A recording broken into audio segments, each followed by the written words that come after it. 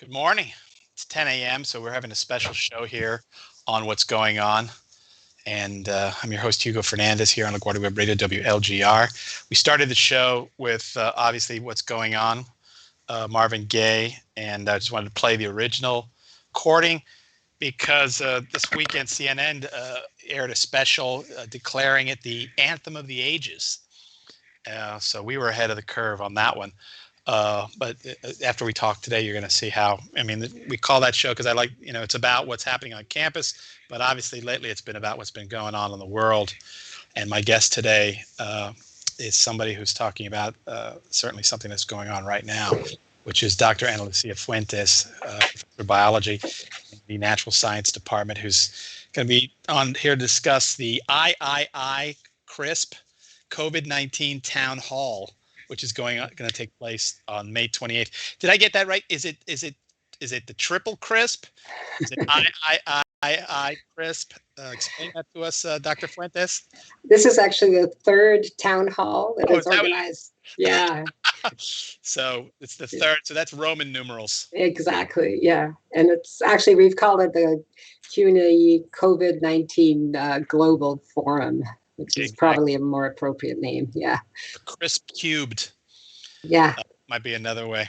Yeah. So welcome to the show. We talked a little bit about the format. I'd like to, let the audience find out a little bit about our guests. So you want to tell us a little bit about your background and, where you're from, your studies, things like that? Sure. Thank you. Thank you for having me. And yeah, so I'm actually originally from Guatemala. I was born in Guatemala and I was raised there as a child, partly. I also was raised partly in Mexico, and my father was from Guatemala and my mother is from Canada. So I learned English at a very early age at home. That was a huge advantage to me. But I did my secondary studies in Guatemala, and then we went into exile, and I finished in Costa Rica and then went back to Guatemala. So I did university studies in several places. I ended up in Switzerland, in Geneva, where I did my undergraduate studies in biology. So I've always been fascinated by living things and evolution, and always had a curiosity about how things worked. I did a master's degree in Costa Rica. Again, I was kind of exiled. This was a time where the situation in Guatemala was very violent. My father was a leader of the opposition to the military government. And so eventually my father was actually assassinated. And so I had to leave. And I ended up doing a PhD in the University of British Columbia in Canada, where I actually did a postdoc later. And then I became an instructor at Douglas College, and I spent about 19 years there studying and doing research in immunology. So I don't know if well, that's a lot, and we could unpack that. We could do probably a whole show on which we talked about, particularly Central American politics, its relationship to us, the United States, and that which would be, I think, for my Latin American seminar folks, and which we would love to have you at some point talk about that. I'd be happy to. Yeah. Yeah. Do you see, when you think of yourself, if you were to, and I don't know, maybe you don't believe in nation states. We've had guests on to talk about that, but what do you see yourself as? Do you see yourself as Guatemalan? Do you see yourself as Canadian? Do you see yourself as American? Now that how long have you been in the United States? 8 years. 8 years. Yeah, so not very long. Yeah. And again, why? How did you end up? My husband, who's from Guatemala, lived in New York, and we had a sort of long distance relationship. And then when my oldest son went to university, he actually went to McGill in Canada. Then I actually moved to New York to to be with my husband. So that was 8 years ago, but we had been married for 12 years before that. So that's why I moved to the US. And LaGuardia, So how did that happen? when I came to the US, I've always wanted to work in the public post-secondary institutions. And so in Canada, most of the institutions, the post-secondary institutions are public. And so that's not a big issue. And so when I came here, I looked at CUNY and I read the history, and I was so impressed at this university that had been really kind of built to reach a community of workers and people who had not had the opportunity to do post-secondary studies. So the whole philosophy behind CUNY, or at least its conception, for me was very, very attractive. And so I think I sent a couple of applications. I looked to see if there were any openings, and I can't remember what colleges I sent applications to be truthful. And then I was very pleasantly surprised when I was invited to an interview at LaGuardia. And one of the things that just struck me about LaGuardia was the incredible student diversity. And I was just like, oh, yes, I love this. And so, yeah, and I was, fortunate. I had a lot of teaching experience, development of curriculum, doing research as well at the same time, working with students. And so I think that helped me get the job. And so here I am. Yeah. By the way, have you run into Guatemalan students at the college? I mean, do you ever run into? I do. We're 49% Hispanic. Yes, absolutely. And it's very interesting because a couple of years ago, I do research in one of the research labs at LaGuardia. I do research on immunology. We use cells to look at how our brains clean up the debris that accumulates in our brains. And there are usually other students there with other professors. And there was one student, and he was talking to another student, and I immediately noticed his Guatemalan accent, like we have, obviously. And so I said, you have the same accent I do because I'm from Guatemala. And then he was very surprised. And he said, you are the first Guatemalan woman scientist that I have ever met. And it just struck me like that. For me was like, this was about maybe 5 years ago. And I thought, oh, whoa, I hadn't realized we always talk about the importance of, having role models and this and that, but there it was right in front of me. So, and then from after that, I've met people usually ask me, like the students ask me, especially when they see my name and stuff. And sometimes I do little things in class to illustrate processes. And so I start speaking in Spanish, for example. Right. And then I said, oh, nobody understood. Yeah, you need a translator or something like that. And so some people in the class pick up on the accent, and then they say, Professor, is it rude to ask where you're from? I said, no, not at all. And so, yeah. And then they're very happy. It's like really interesting. This kind of, I guess they feel that like there's just a connection, and yeah. Well, I think they also feel, I talk about this all the time, and the importance of having faculty who students can relate to, whether it's nationally or racially or ethnically, is that when they see you, you are a scientist, you are Guatemalan, you are a woman, and now a young Guatemalan woman looks and says, I can do this. She did this. This is an option. Yeah. I mean, I'm not saying they're going to do it, but they, and it gives, gives hope. It gives people, hey, maybe I can do this thing. Yeah. And I don't, you were asking me about whether I identify with a certain nationality. Right. Yeah. And I don't really. I've, over the years, because I've lived in so many places, and over the years, what I've seen is there are more common features related to people's experiences because of how they've grown up, or, the the financial situation they've just basically been born into, and things like that, then there is common features in a nationality kind of thing. So because I realized that, I just sort of, yeah, I mean, it sounds sort of corny, but there's kind of like a universality of those of us who feel that positively about people and who really want something better for everyone. Right. And I kind of identify with that.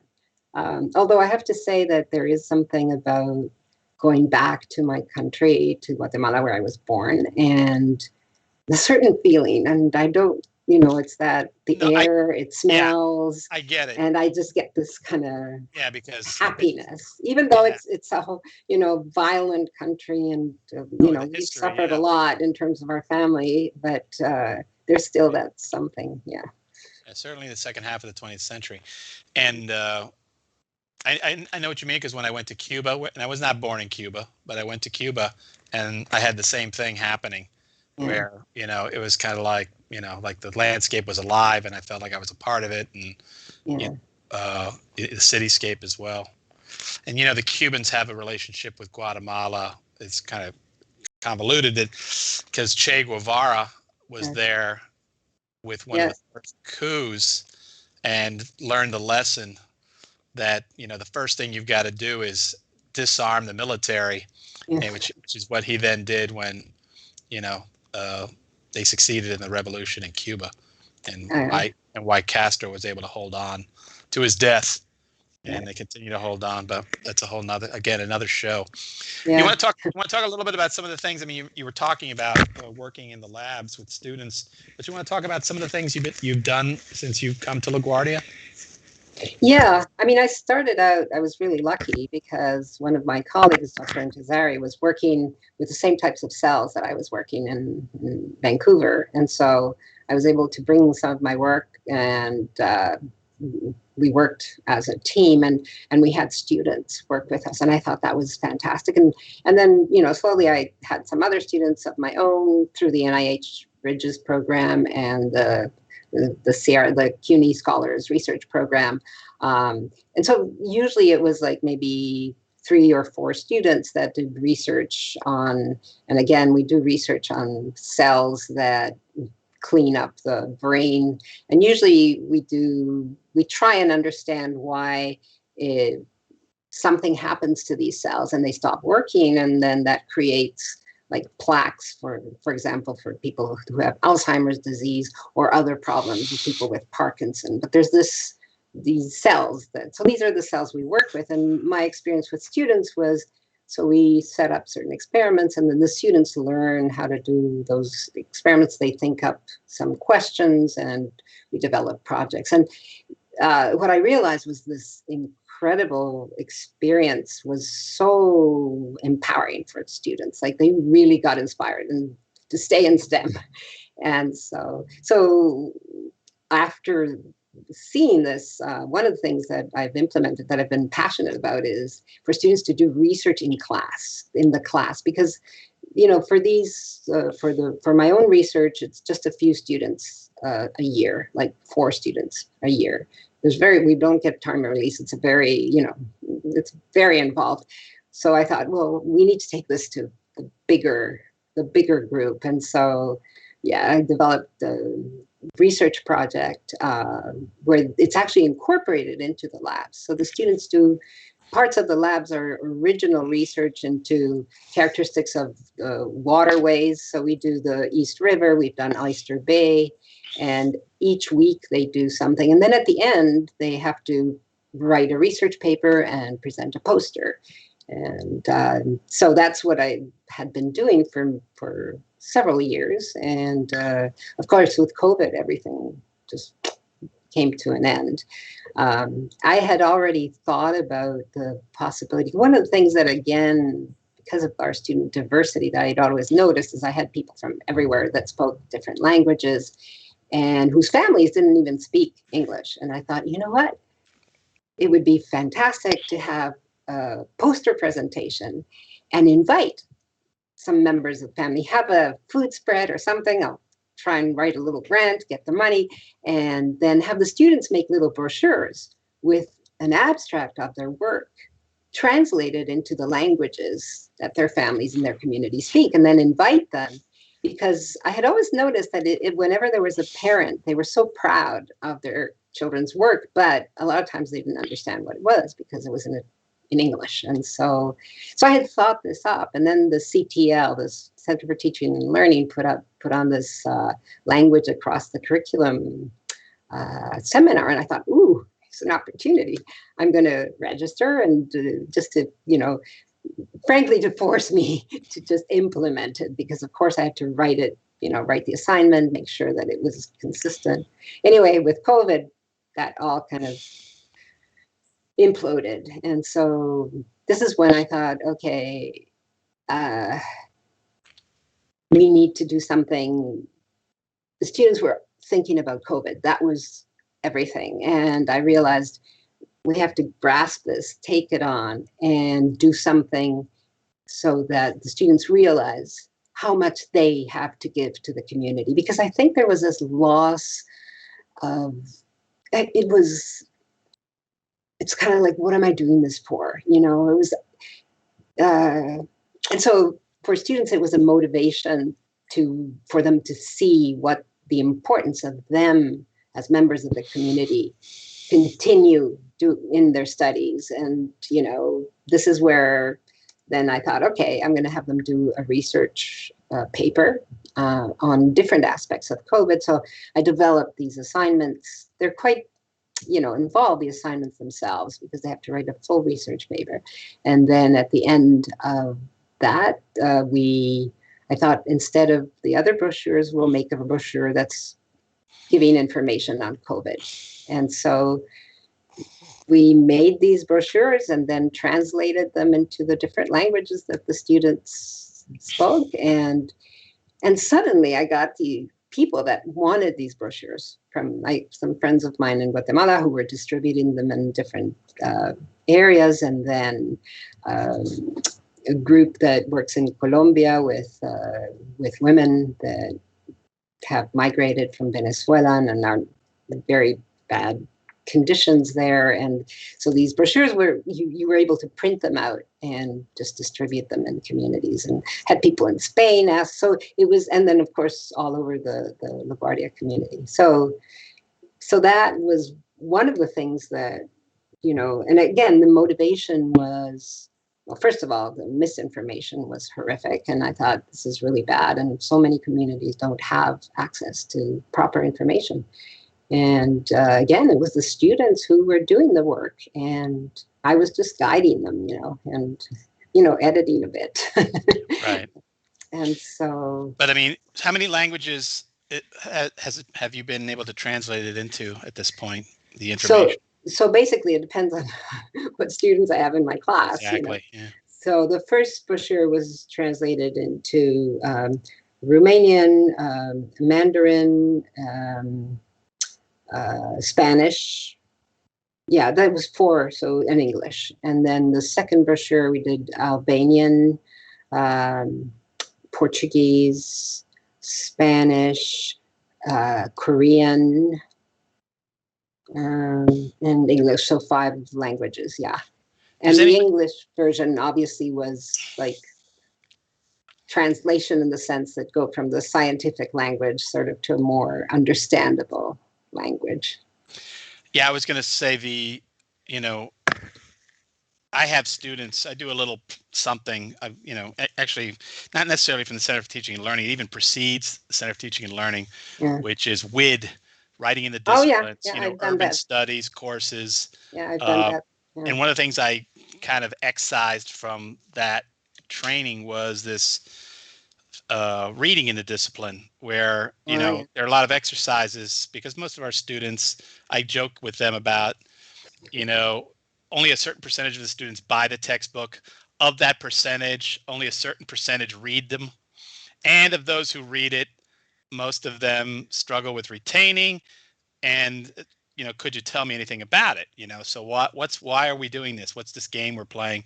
And so I have all these little summarizing activities. One of them is to translate a section of the text into a language, of your own. Yeah. And students who even say, well, I don't know. A second, I talk about, well, you have vernacular Yeah. English, right? Exactly. What you speak in your neighborhood. Exactly. And or emojis, texting, all that. You have a language. But I give them I give them a way out too, something else if they really have a language issue. But then the trick, when they bring this translation in, and some of them, go on Google Translate and just translate the thing. And now they show up with this thing and they go, hey, I did this. I said, okay, great. Now what I want you to do is I want you to read that in the language you translated it into, but I want you to translate it back to me in English, Yeah. in real time, like right here. Yeah. And even people who are versed in their language, or like, let's say you live at home, and you hear it. Like I grew up in my house listening to Spanish. I Yeah. never studied it as in written, or I didn't read it. I didn't write it. So you can imagine. Yeah. I My can grammar. imagine. Well, you've heard me. I think you've heard me speak Spanish on occasion, maybe. Anyhow, they struggle. And I talk about this now. Imagine you're at the UN and you have to do this like in real time. And it matters what you're saying, right? Because you're negotiating Oh, with people. absolutely. But in medicine, even more so. And Yeah. so, but I got to tell you, and they obviously they walk away from this and they say like, and I say like, you really got to understand that what you're reading, don't you? If you're going to translate it to somebody else. Yeah. And it's a good lesson. I mean, we have Anna Maria Hernandez would go on about. We get her on the show. She would go on about translation, which has been her life, really running that program. But, yeah. I actually was a simultaneous translator when I was doing my master's degree. That was how I earned money. Oh, really? Yeah, and I remember I did an AIDS conference. It was brutal because it was simultaneous translation. So I would translate from Spanish into English for the people at the conference, and I did a lot of that. It paid really well. I was able to. Our students do it for their.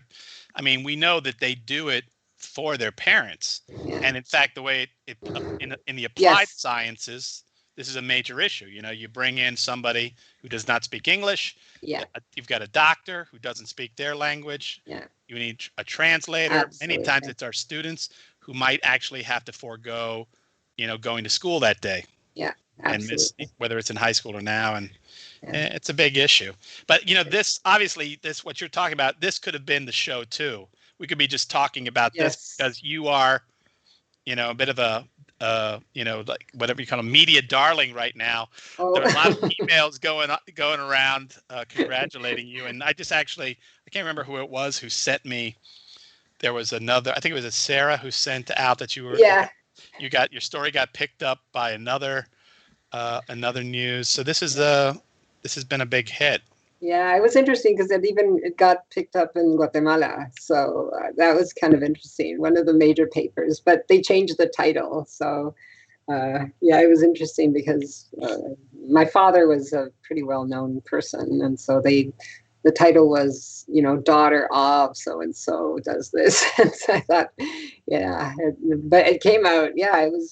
It's nice for LaGuardia and it's nice for the students. That's what I feel. It's like a good recognition of their work, and I think it's good. I'm happy.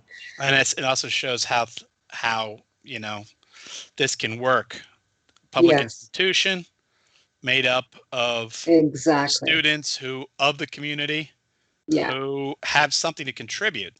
And that's my fundamental message, and particularly to the students. And this is something that I want to continue doing. In fact, this is part of what even the town halls that we conceived. But that was part of the idea. Is we need as a public institution to go out to the community and be inform our students, but also inform the community at large. And when the students are involved and can do that, I think it really gives them a sense of, oh, okay, I don't have to divorce my family and my community from my science, and they see the interconnection. I had a very interesting experience with one of my Korean students who said her her family had no idea, her friends had no idea what she was doing. And then she translated into Korean. And when she showed them the brochure, they they went crazy. They thought it was fantastic. And she just, I could see she was beaming basically, Right. because she was able to then not only explain what she was doing, what she was studying, but look at the value of this in terms of what, the information that I can actually explain to you and give to the community. And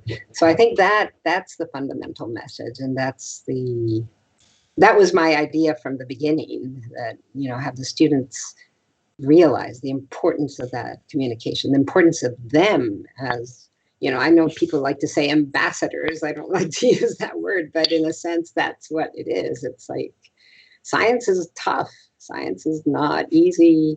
We're finding that out. Yeah. Actually, let's do a quick station break. It's about 10:29 here on LaGuardia Web Radio, WLGR. I'm Hugo Fernandez, your host for What's Going On, the show. My guest today, Dr. Ana Lucia Fuentes, biology professor in the Natural Sciences Department, who is here to talk about, interesting enough, we're going to get into this now, which is the third CRISP or CRSP COVID-19 Town Hall, which is taking place on May 28th. What time, Dr. Fuentes? So there are three panels. One is going to be at 10 a.m. The other one is at 11:45, and the last one is at 2 p.m. So it's three different panels made up of three different groups of people. And what are they going to talk about? So it's a global forum. And so we have people from Brazil, from Egypt, from Guatemala, from Peru, from South Africa, and a representative who does work with women in Colombia, and of course from the people in the United States as well. And so the idea is we're going to talk a bit about vaccine access and equity issues and basically looking into the future. But the panels, it's a very diverse, sort of diverse topics, but all related to equity in health, and also the relationship between, in a pandemic, how do we talk about healthcare? How do we ensure that we can't isolate the reality of, say, the United States, even if everybody was vaccinated?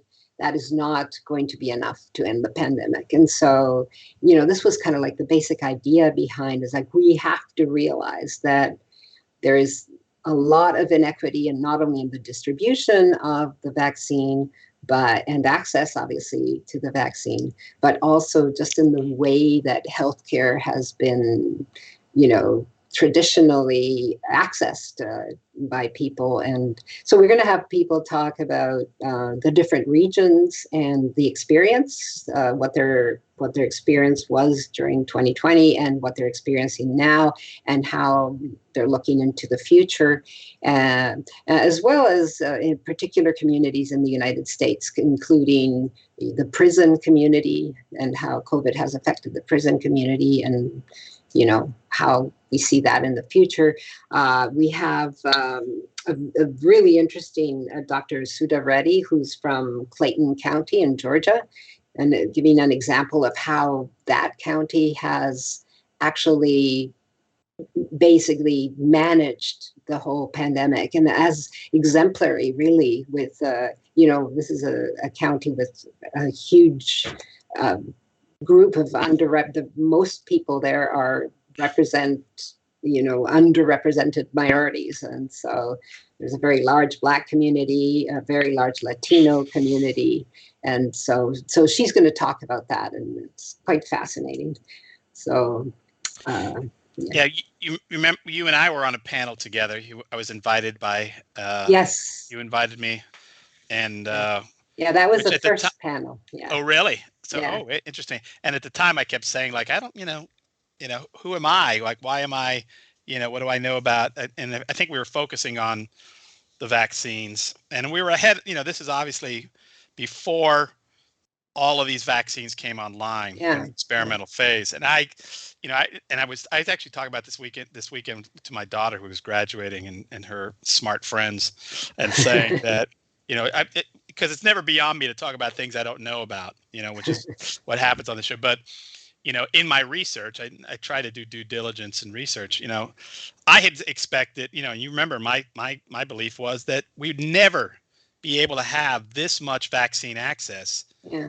in this year, because I just didn't think, like, how are they going to from what I had read, how would they manufacture it? Even if they had it, how would they distribute it? So I was totally wrong about that. Yeah. But I did make this remark about the fact that if we needed an event to show us why it's necessary to have genuine universal health care, that Mhm. basically everybody's health care, we're all invested in everybody being healthy. Yes. Wouldn't this be it? Right. Yes. Yeah. And again, what fascinates me is what's going on. I mean, here in the United States this morning, I guess I saw some news thing about the fact that there are actually states which are now, just they don't want the vaccine because they've dropped in the number of folks who actually want it. Yeah. There's no demand. Well, meanwhile, in India, we have this Horrific. there's a tragedy. Yeah. And I know that there is this discussion about that India was manufacturing vaccines and then we're, shipping them out of the country for whatever, money, I guess. Yeah. So, they're trying to make it out like it's your own fault, this kind of thing. But we got a mess on our hands with this. So, from your point of view, what do you think are some of these takeaways from this? I mean, obviously we're ahead of the event. I'm trying to synopsize everything they're going to say, but Right. what Yeah, I mean, what can you tell they us? will be talking about very specific examples and also general policies in terms of. We have one expert who's going to talk about the UN future policies, and Right. but from my perspective, I was initially when the World Health Organization had the initiative for COVAX. I was, this was an initiative where rich countries contributed to not only research, but once the vaccine. So the proposal was that once the vaccine was approved, that the World Health Organization would be in charge of distributing the vaccine throughout the world, and particularly to those countries that obviously didn't have the capabilities to manufacture. And so they created COVAX, and at that time there was a different president in the U.S., and of course was actually not even participating with the World Health Organization. But in this organization, the whole idea was people contribute according to their possibilities, and then the distribution is more equitable, because it is very clear that this is not a problem, not a local problem. And if the vaccine does not reach all the communities in the world, we are going to have problems, and that's going to continue. What you mean, like mutations of the Yes, yes. So it's very clear that we know now with these variants that are becoming more common, these are variants that are more effective in infecting. These variants arise in a natural process of evolution if you have people that are being infected. And then the more people infected, the more chances that some of the mutations will be these kinds of more, virulent mutations. Most of the mutations, the virus just kind of, disappears, because mutations are usually not advantageous. But there's so many mutations that occur. And again, the more people that are infected, the more mutations. And the virus doesn't, as we've heard very clearly, there are no, they don't go through immigration. uh, So, it's interesting because just talking about, for example, I have a friend who's South African, and yes. he's telling me they don't have it. They don't have the vaccine. I mean, they were part of the British Empire at one point. They don't have the vaccine, and he's trying to get, like, he has sisters who he's trying to get to England so that they can get vaccinated. My cousin last night, I was calling her for Mother's Day. She told me the Cubans have just developed their own vaccine. Yes, That was, actually they did, and it's and been yeah, and they're yeah, ready to start doing it. I mean, it's because we have, approved actually by the WHO as well, and it's wow, approved for children under right, 12, so over wow. 12. So that's Leave it to the Cubans, right? yeah. Well, they have an amazing center of biotechnology that actually specializes in virology, and they've been a huge producer of an antiviral drug that's called interferon, and they export it to Europe. Of course, the U.S. doesn't buy any of the Cuban stuff, Yeah, we but have embarked. they're at the forefront of the production of this drug, this interferon. So I wasn't at all surprised. They definitely have the capability and the scientists Well, to, I compared mean, to any other country in Latin yeah, I know America. they export doctors, and Yeah, but yeah, Che yeah, called them the doctors of the revolution, right? But yeah. they what their struggle is equipment and supplies, Of course, yeah, and that's definitely, I've never questioned yeah. their That's always been their big, academics. I yeah. mean, you've got So anyhow. Go yeah, ahead. no, we do have a person. I'm just trying to find. The forum because we have a person from South Africa who's going to talk about the migration and oh yeah, so it's she's from the her name is Ethel Monet, and she's from the Migrant Support Center in Johannesburg in South Africa. And she's going to actually talk about the impact of COVID-19 on international migrants in South Africa, because, there's a huge migration toward, especially to Johannesburg. And it's actually, I mean, it's devastating, but it's fascinating. So there's going to be we have several panelists that are going to talk about migratory issues and how these have been impacted by COVID. In fact, we have one person who's going to speak about the compounded precarity, meaning the impacts on the gender policies, the impacts of COVID. So, and this is all in the Colombia-Venezuela border, and how all the programs have impacted the women there. As we know, for example, in Mexico, um, uh, after shutdown, so COVID, I forget what the percentages are, but the number of women that were killed by femicide was something like tenfold the number of women that died from COVID just in that period for the shutdown. Because, of course, all the services were closed and women were enclosed with their male partners. And so this, which is already a problem in many countries in Latin America. And also, I mean, there was an increase in domestic violence throughout the United States and other countries as well. So, but in Mexico, it was very apparent that it was a tragedy and something that we're not talking about a lot. So, Right. so in our presentation in this global forum, there are going to be people. There's some medical doctors, but there will be a large number of sociologists and anthropologists that are going to be talking about the impact on on human sort of activities and well-being in other areas that we're not Right. even thinking about. Yeah, And that some people would like to dismiss because they like to say, well, but they're not dying from COVID. They just had a heart attack and they couldn't get into the hospital to save their life. exactly. So that's really, you're not really dying of COVID. But Yeah, what does it matter if, they die and it is a direct result in some aspect of the pandemic, which I think of as yeah, like everything that's happening. yeah. Uh, And as you said, I think that what the pandemic has done, and I'm not an expert or anything, but it clearly has basically enlightened us as to all the inequities that exist in healthcare, but in not only in healthcare, but in everything. You look at women and their job loss.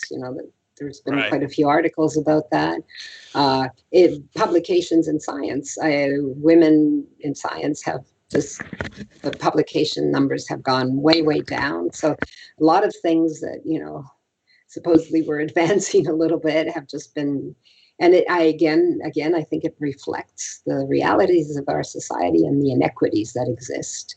So I think it's a time, for me, it's a time for, uh, for thought, because it's also a great opportunity for change. It would be great if we changed how we did things. So Right. I'm It, hopeful. yeah, it is because it certainly pointed out all the weaknesses we've got Mhm. in the society, all, including businesses that do not survive. It's typically the first ones to go are the ones that were the weakest, whatever, as far as, prepared economically or whatever, Yeah, but the same thing happens in, like you said, behaviorally, in all aspects. yeah, Just our ability to kind of support all the things it takes to stay healthy, yeah, as a healthy, both psychically, financially, physically. yeah, yeah. So yeah, it's been quite an event. We're actually moving into the last quarter hour of the show, where we usually take questions if anybody is on, and why. And we do have folks watching. Some folks struggle with actually, they've got to log into Twitch, become members of Twitch in order to ask a question. Though Dr. Riccio insists that's not the case. So let's see if we get questions. But I was going to say that this is also a time where we talk about the future, and Mhm. so. I mean, are we looking at are you gonna keep doing these town halls? Is that the goal here, to keep doing them until they're not? In fact, Dr. Riccio is sending me a text right now to let me know what I know, which is we don't have any questions right now from Okay. the audience. Yeah. So we're doing this with Dr. Ron Nedio, who's the director of the CRSP, and we did this first. Actually, the first sort of. CRSB, help me out. Oh, CRSB. sorry, the CUNY Scholar Research Program. So So he's the that's what director. CRSP. I was calling it CRISPA. It isn't CRISPA. It's the CUNY Research CUNY Program. Scholar, yeah, yeah. So it's CUNY Research, Is that with? CUNY Research Scholars Program, and Are that's they the whole CUNY, right? all the colleges. So It's they're undergraduate research. Yeah. right, and are they hooked up with the Assistant Vice Chancellor Schneider's office? Are they part of that as well? I don't know. I just Okay, don't. just one. Yeah. That's Yeah. my connection in CUNY Central with research. Okay. So yeah. Uh, so this back in March, I don't know if you remember, but I made a video at the very beginning before we shut down. We were going to have a little. You were going to have a town hall. In fact, you were going to do it. We were looking at Yes, simulcasting it or something, as I exactly, remember. Right. exactly. We were still terrestrial. Yeah, and then things happened. I did a video instead. They put it through the wellness center, and then we were going to actually do a town hall, and that was my husband died on the Wednesday, and the town hall was Friday, so I was not able to attend. But they went ahead and did it anyway. We had planned it. We were going to present the video and all this, and so after that. It's kind of a long story, but just shorten it. I met with Ron Nedio, and he was very interested in this I think I've idea. worked with him actually with our Cameras for Science initiative as well. He helped Oh, me. yeah, He had he's helped great. because, yeah, you're talking about the guy who ran the panel for us that I was on, Yes, because he absolutely. he helped me put together the webinar that we had done for Cameras for Science. Yes, absolutely. He's Yeah, a good guy. he's great. He's fantastic and very enthusiastic, and he loved the idea. And I said, why don't we do these town halls and Just keep talking about going. COVID and keep going. And so we organized the first one, and then also Allison Sheffield was also involved. So there were three of us basically, and so the first one was on COVID. The second one was more into vaccines, and then now this one is a global forum. But one of the things that we've talked about is, you know, they've become more and more popular, and we've been able to run them more successfully as we've gone along. And one of the things that that I feel is that we need to continue with this, and particularly uh, divulging science in a way that's understandable. And so, things about communication and science, which is one of the topics that we wanted to talk about but we never actually got into it. And I think that even once the college is open and all the rest, there's still so many aspects about science, about how to communicate, about evolution, about, and other, healthcare and things of that nature that are important for the students we serve, but also for the larger community. So I think we still have quite a few town halls to go.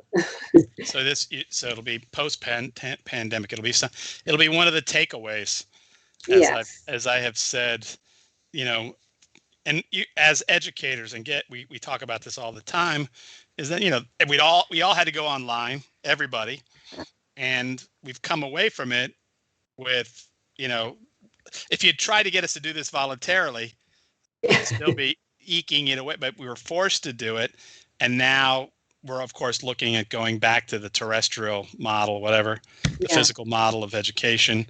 There was a lot of talk about that over the weekend, actually, in the chancellor's goals. But some of us have gotten used to this, and we're saying that there are some things. For me, it's about not necessarily. I mean, obviously, there could be a benefit. I'm in Connecticut from teaching online.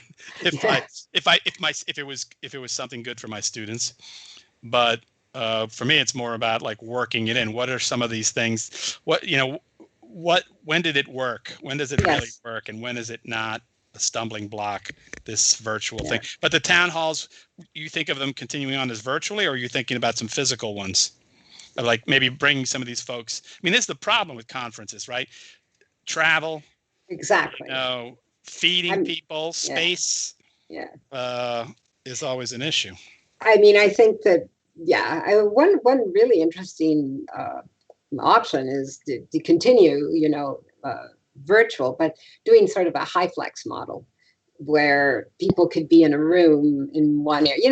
Have you done high flex? I haven't. I'm going to try it in September, but I'm doing high flex for the labs, which is a little bit tougher. Well, I'd like to do that in the photo lab, but they keep insisting I can't. I don't know why. But because CUNY Central's paying for it, so just get me an infrared camera. They didn't say no to me either. Well, I'm going to bring that up. Yeah, you can absolutely. I'm going to say as well, because I'm teaching beginning photo, and I'd like to get my hands.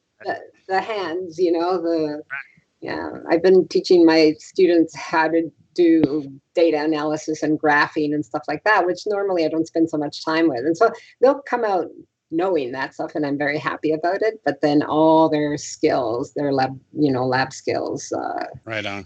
It's just not using a pipette. Grabbing a slide, looking at something under a microscope. You can't do that virtually. There's just no way. So, I miss that. I also miss the contact with the students. Frankly, I really miss that. Especially when they have all their cameras off and they're not talking. I know. Yeah.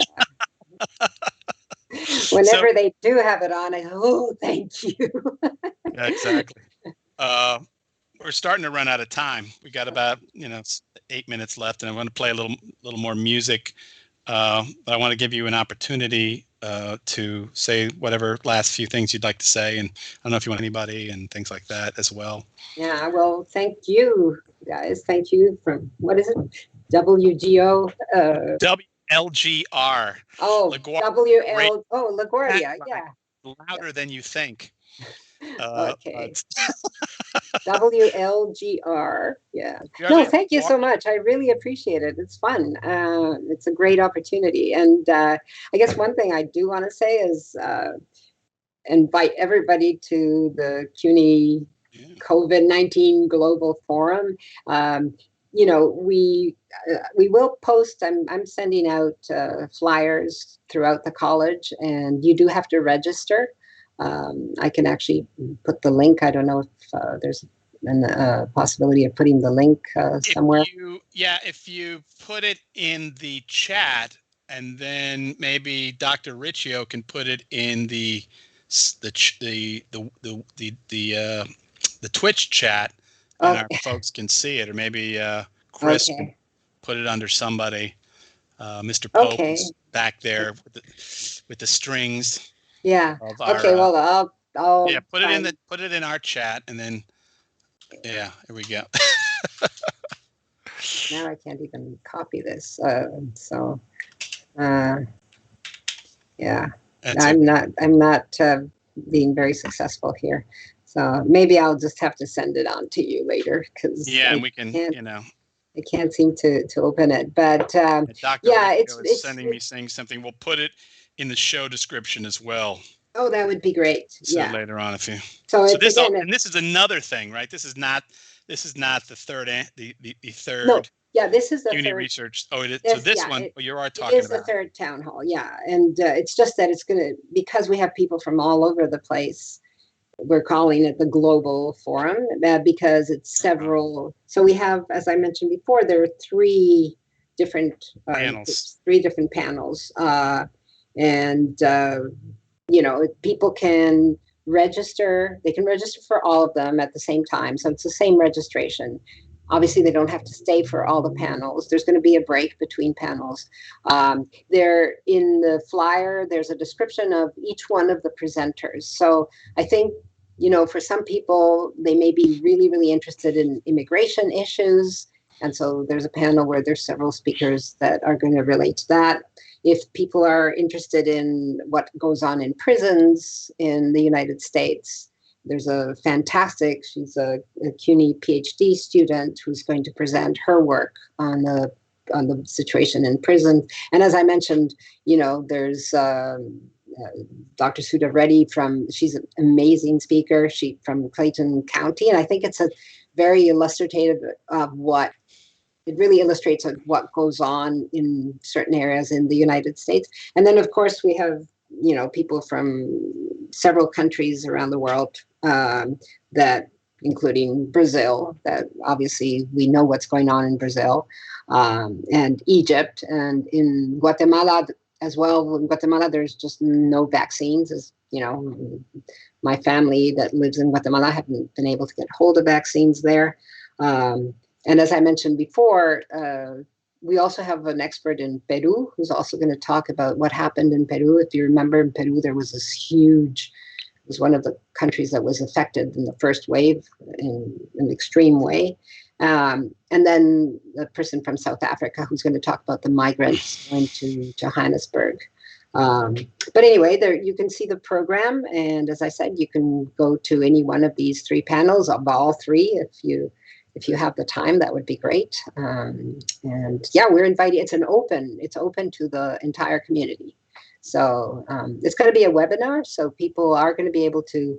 The presentations are actually short presentations. We're going to have maximum 10-minute presentations, and then followed by a Q&A period. So what we really want is to get people involved and asking questions. And I've talked to some of the panelists, and frankly, they are pretty amazing. It's going to be, I really encourage everybody to come and participate in this. It's going to be an interesting learning experience, and also to ask questions. So I encourage professors to invite their classes to come and. Yeah, May 28th, and this is going to be the weekend, the Friday before. Yes. Memorial Day weekend. Exactly. Yeah.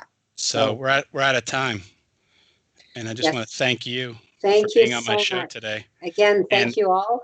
And and you offhandedly mentioned the fact that your husband died at the very beginning of this, and the fact that most folks could have not got out of bed, and so everything you've done, I think,